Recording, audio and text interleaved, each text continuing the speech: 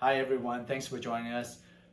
This week we will be focusing on hip flexors and everything about hip flexors. Please join us as I'm going to walk you guys through on how detrimental hip flexors can be with regard to back pain, poor posture, preventing you from walking or running or performing optimally through your spin class, and how that can affect your pain and so on. So today's topic is about hip flexors, and when you have a tight hip flexors, how it is inhibiting you from performing optimally on your glutes exercises. Now, I know everybody out there wants to have a stronger glutes and a better glutes and a stronger back, right? So typically with back and glutes exercises, the biggest component is your ability to bring your leg back this way, okay? So we have a lot of kickbacks and so on that help to strengthen your glutes up, tone your glutes up.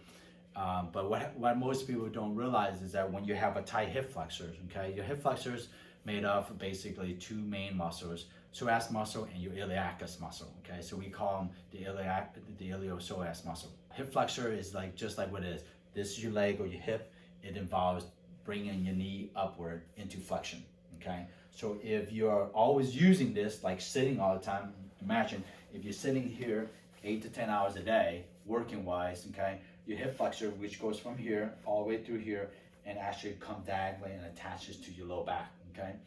So when you're always sitting, that hip flexor just gets bunched up and gets really, really, really tight. So imagine if it's really tight and you're trying to stand, it always wants to pull you back down again, because that's all you have been doing for 8 to 10 hours, 4 or 5 days a week, okay?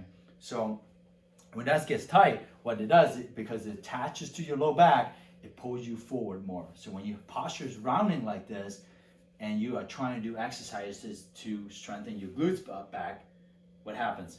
It's gonna force these muscles here to work harder, because these hip flexors are always trying to pull you forward, okay?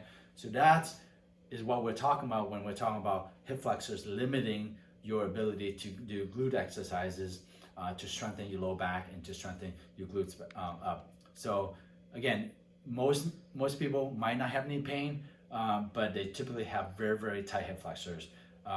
So make sure you stretch your hip flexors out to limit a lot of the contracture there, and so you can do those particular glutes exercises without a lot of effort and without pain, and much more optimally.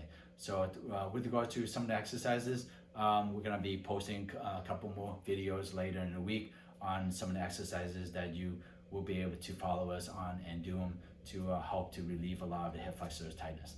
So thanks a lot for joining us, and please subscribe to our channel if you guys like it.